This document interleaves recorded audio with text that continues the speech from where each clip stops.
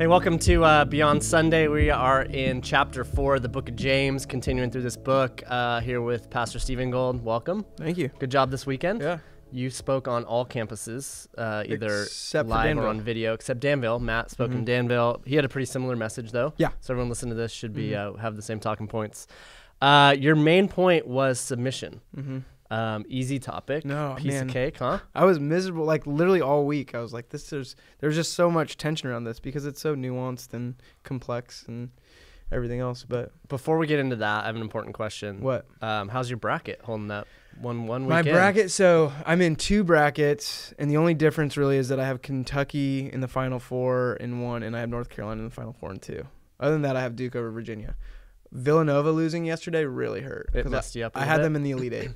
So All of my Elite 8 are still in my most important bracket. So yeah, other than that, I'm doing all right. I'm doing all right. Like I'm not doing I great, picked but- Oregon. I missed the first 32 games. I only missed 5. So Which doesn't really matter because it's all about who you pick. No, can you affirm me, please? No, it doesn't really matter. So you brought up Enneagram, your Enneagram Yeah. score of you being 8. Uh-huh. And we may be excluding a lot of people from this because I'm not sure how many people listening have taken the Enneagram personality test, but you're an 8. Yeah. Aren't which- you too? Yeah, I'm an 8 as well. Yeah. Well, and then I don't know. Did you see John Christ? A lot of people probably went and saw him, the comedian. The comedian, yeah. Saw him last night in Oakland or I guess Saturday. Oh, night in he Oakland. was. Yeah. He was in the Bay Area last night. Yeah. I was supposed to go, then my friend bailed on me, so we didn't end up going. But he like destroys it, like kills the Enneagram thing, makes so much fun of it, of course. But it's hilarious. So That's awesome. But our personality types mean we fight for control, and we have an issue with submission. Like it's really hard for us. Tell me more about that. For you, like Yeah. what's your biggest struggle with submission? Like what well, causes you to react inside against it? Yeah, I'll go probably to 2 different places with that. So first of all, if you look at, and now I'll sound like a weird Enneagram person, but if you look at levels of health in the Enneagram spectrum, like the top level is someone who learns how to give away authority and power. So an 8 is so aware of their inability to do this that they become hyper aware or hyper intentional about giving authority and submission away. Which means that 8s can be really good at it because they can become hyper focused. If they're self-aware enough. Yes. Which, I mean, we've talked about this a bunch. Self-awareness. The leader in the room is the most self-aware person in the room. Nancy Ortberg said that once. But I think for me, just naturally, every situation, I want to be right. I want to be in control. I want to, like Amanda always says, we will do something if I can trick Steve into thinking it was his idea. Like we will do something I want to do if I can trick Steve into thinking it was his idea, which sounds like just such a healthy marriage. But yeah, it's so interesting how much this came through. And I think that's why this text was messing with me so much, because I was like, ugh, I am not nailing it in this area of my life. Yeah. Have you ever been in a meeting at work and there's like a really good idea being proposed and you're immediately against it because you didn't come up with the idea? Yeah. And so you're figuring out ways to pick it apart and argue against it, even though deep down inside you know that's a good idea. But I am so prideful that I'm gonna figure out a way to change it and spin it and make it. Is this something you've noticed in me? No, I think it's something I do actually. Well, I don't know if I do it. I'm sure I do it at work, but it's more so just in like friend groups where I do it, where it's like my buddy, our Hayward campus youth pastor, Steve Sanderson, always says, you love arguing so much that you will argue sides that you don't even believe in. Oh, sometimes that's more fun. It absolutely is, because I'm trying to convince myself, or I'm just like, hey, this is how not good at arguing you are, that I can convince you of something I don't even believe myself. Yeah. So yeah, you're getting insights into how terrible of people we are, but but I think that's why so much of this was so just convicting, but also challenging, encouraging, really too, because I want to be good at this. Like I want to be better at putting other people's wants and desires ahead of my own. It's like submission. We always think is like, oh no, like lay down, let everyone walk all over you, and it's like no, just figure out what they want and what they desire, and see if you can't make that happen for them. Yeah, which is not how most people are typically taught the definition of submission in the church. No. The church has a long history of teaching on submission, not all churches, but in a way where they approach you hit on wives submit and husbands lay down your life. And oftentimes the verse before that, where it talks about mutual submission, is ignored. But even those two verses, the way it's often taught is wives submit to the husbands, and then husbands be the protector and lay down your life. Like if someone were to break into your home, you should sacrifice your life for your spouse, and die, literally die. And that's the concept of submission for the husband. But unless someone's like breaking into your home, you're the one in charge, and the wife is supposed to submit to that. And I don't think that matches what Paul was actually saying. And I think that creates a lot of tension in homes and has caused a lot of confusion for people around the issue of submission. Yeah. So the interesting thing, Andy Stanley talks about this in his book, Irresistible, that in verse 22, wives submit to your husbands as to the Lord. The word submit is actually not in the Greek there. It doesn't show up in that verse. But the reason why it does, and the reason why it's actually good that it does, is because of the verse before. So it would say it says wives to your husbands as to the Lord. But the verse right before, Ephesians 5:21 says, submit to one another out of reverence for Christ.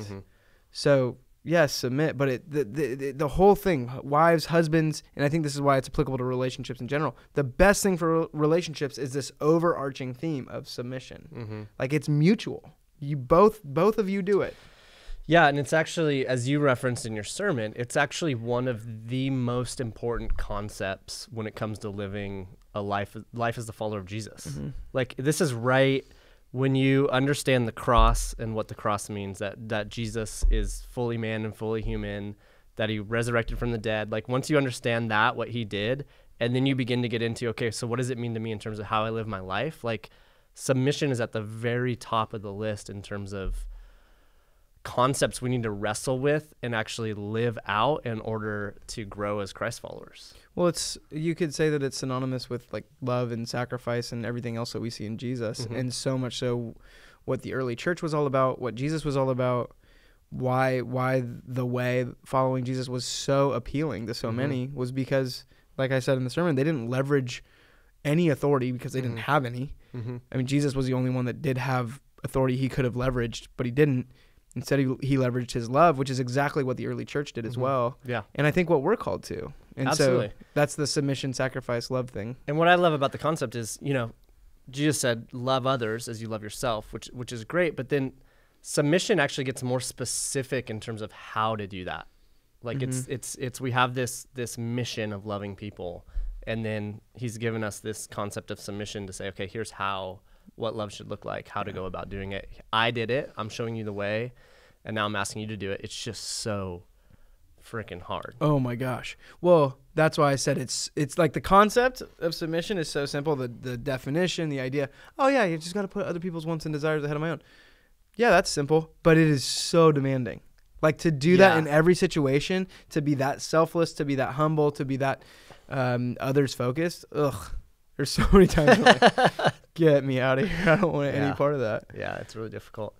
The other thing that I noticed in chapter 4 of James that you weren't able to touch on because of time is the concept of humility, because there's two verses that we should basically memorize because they're almost the same verse, but verse 6 says, God opposes the proud but shows favor to the humble. And then in verse 10, where's verse 10? Humble yourselves before the Lord and he will lift you up.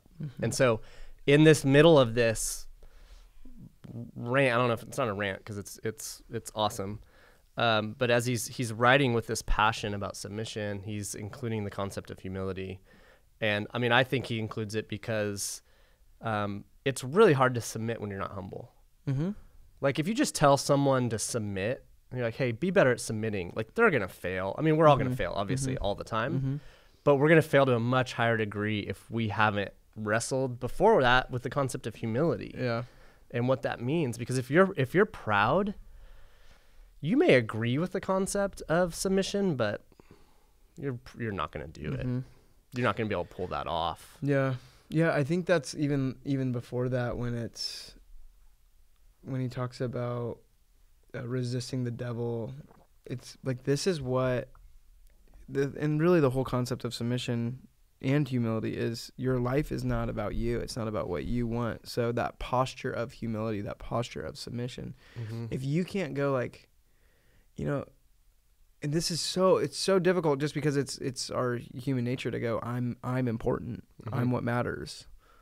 But humility says something completely different. And Adrian, our Walnut Creek campus pastor, he was teaching our staff. This was a few years ago on humility, and I remember a quote that he had about what humility is, and he said, "Humility is not this thing where you don't consider yourself as great, or it's also not a thing where you consider yourself really bad.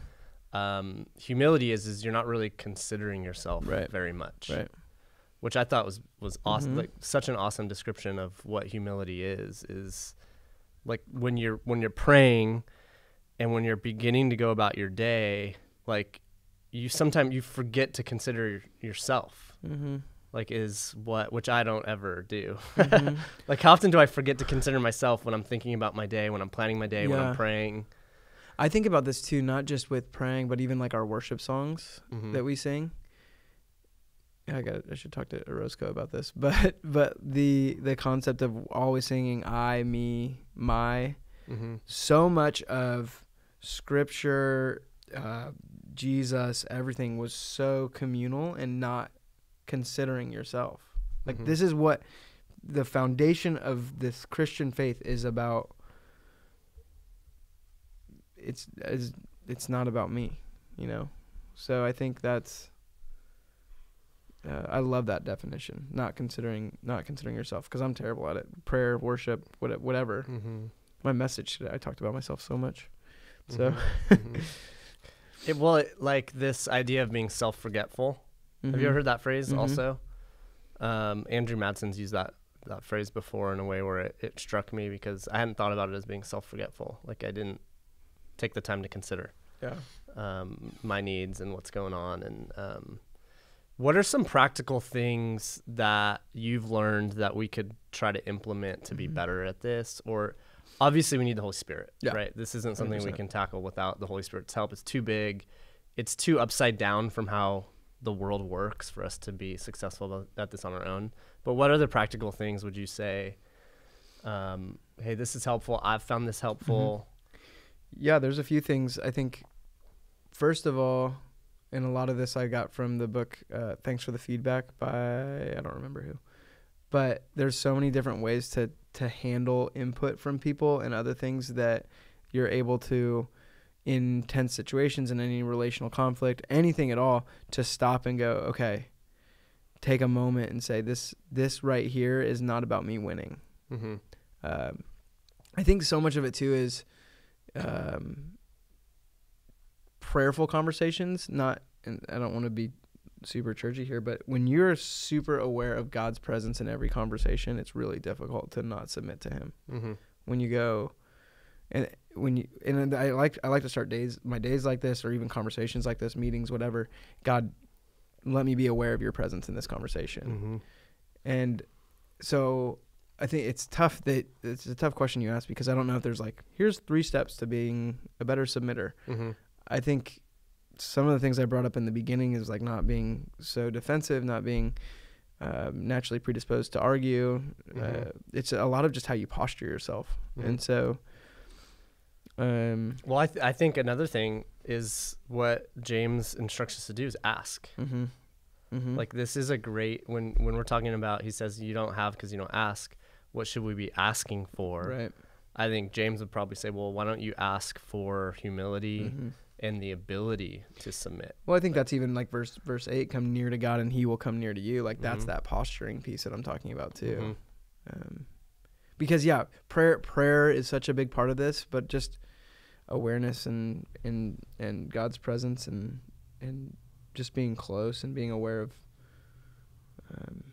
what situation you're in. So one thing we like to tease each other a lot. I know everything I say about you. I mean, we kind of position ourselves as we aren't great at this. But one thing you do really well is you have a lot of people who you allow to speak into your life and can call you on things, or when they see you behaving in a way that maybe is not consistent with this, like there's several people in your life who would not hesitate to call you on it. Yeah. Because you've allowed that to be in your life. Which Some is of them I haven't. Really healthy thing. Some of them I haven't allowed. They just feel the freedom to speak into my life. Yeah, it's for sure. It's fine, I guess. But no, I think that's so important.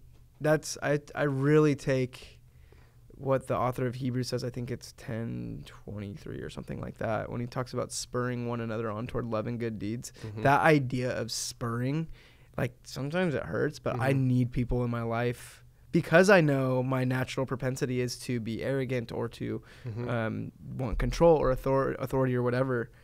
I need people to knock me down, and there's many people in my life that say their one mission is to make sure my head doesn't swell. Like that's their whole goal. It's like I just knock Steve down a peg, but I love it because I'm not that great. But they're doing it in love. Like they're Most doing of it because them, they care about most you. of them. Yeah, there's a couple of them. I even saw you last week on the basketball court. You passed the ball. No, I didn't do that. Like you considered someone else's need to shoot. I was probably tired. I don't pass.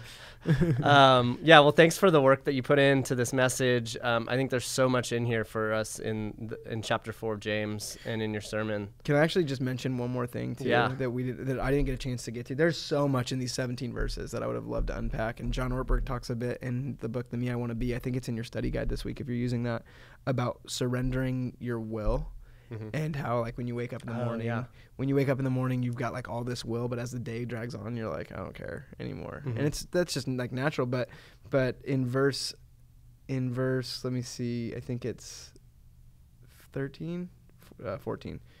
Why you do not even know what will happen tomorrow? What is your life? You are a mist that appears for a little while and then vanishes. Instead, as it gets into verse 15, you ought to say, if it is the Lord's will, we will live and do this or do that. And I think that's such a big part of submission. I wish I would have had more time to develop this, but surrendering to the Lord's will, and like, I mean, even you think of Jesus in the Garden in Gethsemane, not my will, but your will, but that's such a big part of this, surrendering your will as you learn how to submit. So just a little extra. You know what? Steve Madsen is so big on that verse and taught me that early on in my time here at Cornerstone as we were planning. And we do kind of long-term planning for the church of, here's where we want to be. Here's the goals we want to try to achieve by a certain amount of time.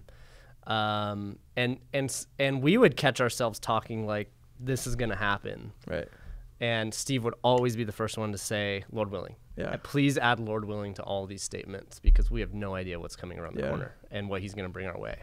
And to assume, it's so folly to assume, it's just stupid. Yeah. To assume like we know the direction it's going to go in and we can plan it out. Well, I think that ties back into the motivation verse, the motivation thing that James writes, asking with the wrong motives and doing all that. Like, is this what God wills? Is this what God desires? And the work to do that, to figure out God's will and to surrender or submit to God's will, it's not an easy deal. Pretty demanding. No, there's a lot of good stuff there. So we'll hope you have a good discussion with your friends, with your community group this week, and we're going to continue on in the book of James next week. So we'll talk to y'all later. Love you guys. Bye.